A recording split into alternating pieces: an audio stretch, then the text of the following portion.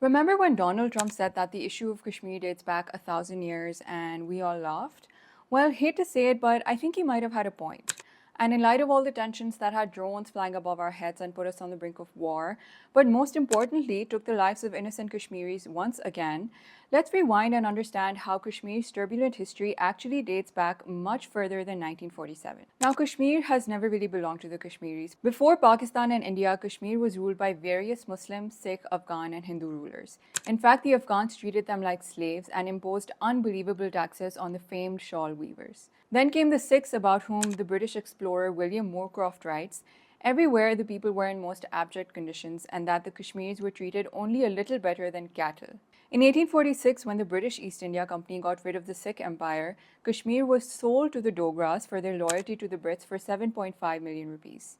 According to Victoria Schofield, this was the original disconnect as it placed a Muslim majority state under a Hindu monarchy. And of course, things only got worse for the Muslims.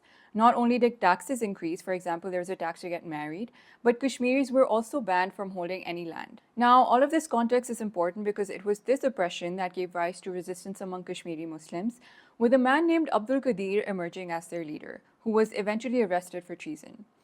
During his trial, people had gathered in large numbers in Srinagar, where matters slipped out of hand and Dogra troops shot 22 Kashmiris dead. Now, this was a pivotal moment in the history of Kashmir because 13th July 1931 is still remembered as Kashmir's Martyrs' Day, which goes to show that the Kashmir freedom movement started much before partition. But back to 1931, matters really took a turn because more people started revolting against Maharaja Hari Singh and even more kept falling victim to his troops.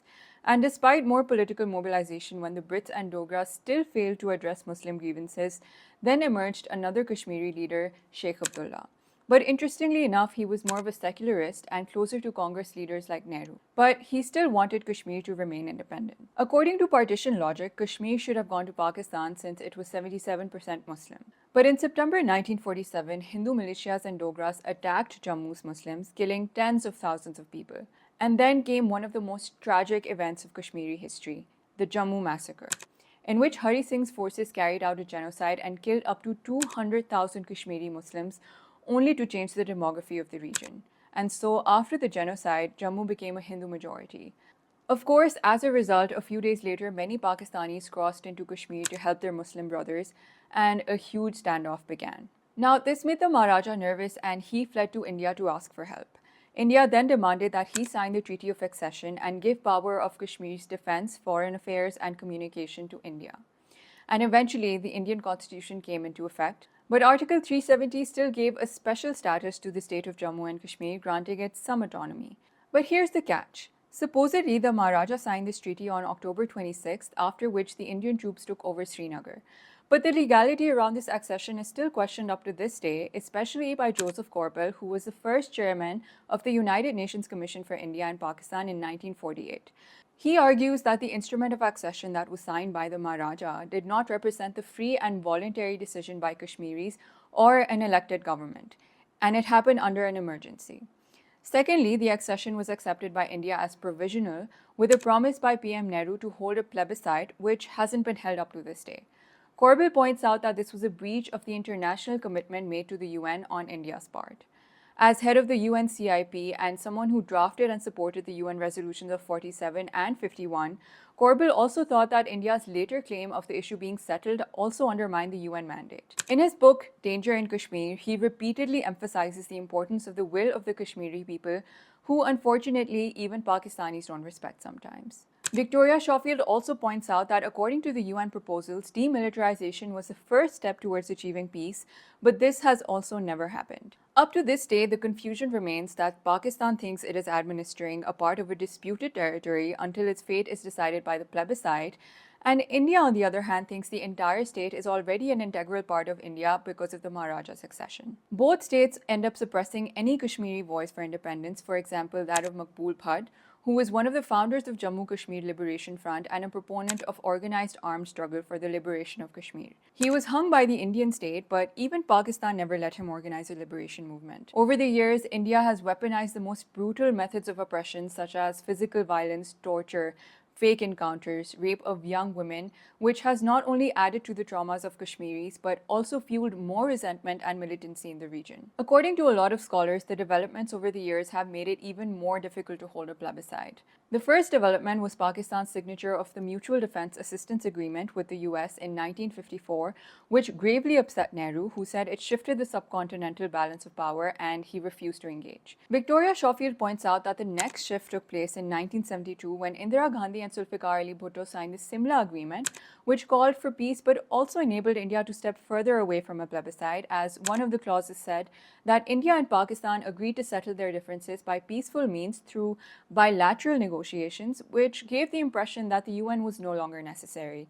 And then when Sheikh Abdullah returned to Kashmir in 1975 and became its chief minister up until 1982, Kashmir did great economically, but a lot of youngsters thought that the Simla agreement did not take into account the views of the locals. Around 1987, with the Afghans also fighting an insurgent war against the Soviets, freedom fighting became popular and many Kashmiris started turning to militancy to fight for Kashmir's liberation, which, by the way, Pakistan also supported. The demand for independence grew even louder in the late 80s, which was a concern for both India and Pakistan because both would lose strategically important locations.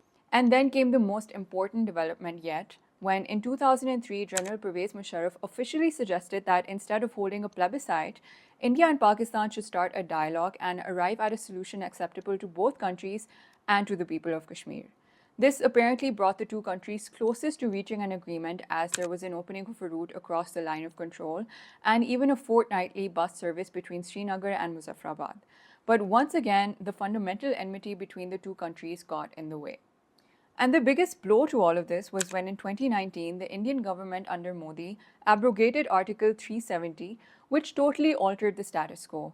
This meant that many non-Kashmiris would be able to settle into the valley, which would change the demographics, and even if a plebiscite was held, it would never truly reflect the will of the inhabitants of the state as of 1947. But the question that comes up now is whether a plebiscite really is a solution or is it just a bargaining tool? In case the plebiscite is decided in favor of either India and Pakistan, what about the people who voted otherwise and don't want to be part of either of the two countries? So all of this is what brought us to a warlike situation last week and had all of us on edge. But as both sides showed off their advanced military weapons, we once again forgot the sufferings of the Kashmiris, who have had to bear immense losses for centuries. Interestingly enough, even though Trump proudly announced the ceasefire, India still insisted on sticking to their bilateral argument and claimed that both countries reached an agreement themselves. But now that Trump is actively involved and wants to work with both countries to solve this issue, it would be interesting to see if he is finally able to hold the plebiscite that was promised in 1947, or will he find a better solution to this issue? Especially since Modi is still maintaining a hard stance of only pausing the war and is facing a lot of backlash from many segments of the Indian public on agreeing to a ceasefire. Finally, if Trump really does manage to bring everyone to the table, he must ensure that Kashmiris themselves have an important seat and are heard loud and clear.